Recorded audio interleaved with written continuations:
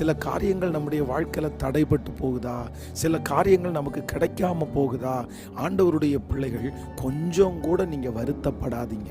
உங்களுக்கு கிடைக்காம போனது கண்டிப்பாக நல்லதுன்னு நீங்கள் உணர்வீங்க.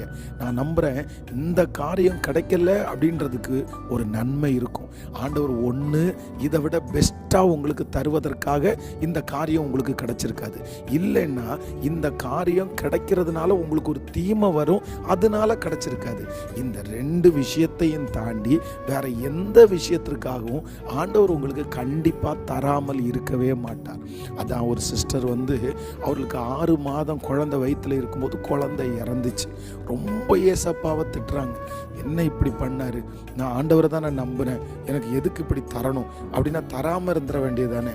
என்னென்னமோ நான் சொன்னேன், இல்லை கண்டிப்பாக ஒரு நன்மை இருக்கும், நீங்கள் இப்படியெல்லாம் சொல்ல வேண்டாம் அப்படின்னு. திடீர்னு ஒரு சொப்பனம் பார்த்துட்டு என்கிட்ட சொன்னாங்க, பாஸ்டர் ஒரு சொப்பனம் பார்த்தேன், எனக்கு ஒரு குழந்தை பிறக்குது, அந்த குழந்தையினுடைய கண்ணில் 2 கண்ணிலையும் ஏதோ உருண்டையாக ஒன்று வச்சுருக்காங்க, அந்த கண்ணு பார்த்தா அது தெரியாத கண்ணாக இருக்குது. டக்குன்னு நான் விழிச்சுக்கிட்டேன், ஆண்டவர் இந்த குழந்தையை எடுத்துக்கிறது நல்லதுன்னு தான் நினைக்கிறேன், ஒருவேளை அப்படிப்பட்ட ஒரு குழந்தையை கொடுத்துருந்தா என்னால் தாங்கிக்கவே முடியாது அப்படின்னு அவங்க சொன்னாங்க. அதனால் உங்களை பார்த்து ஏசப்பா பேசுகிறாரு, கிடைக்காத அந்த காரியத்திற்காக துக்கப்பட வேண்டாம், கிடைக்காத அந்த காரியத்திற்காக நீங்கள் சந்தோஷப்படுங்க.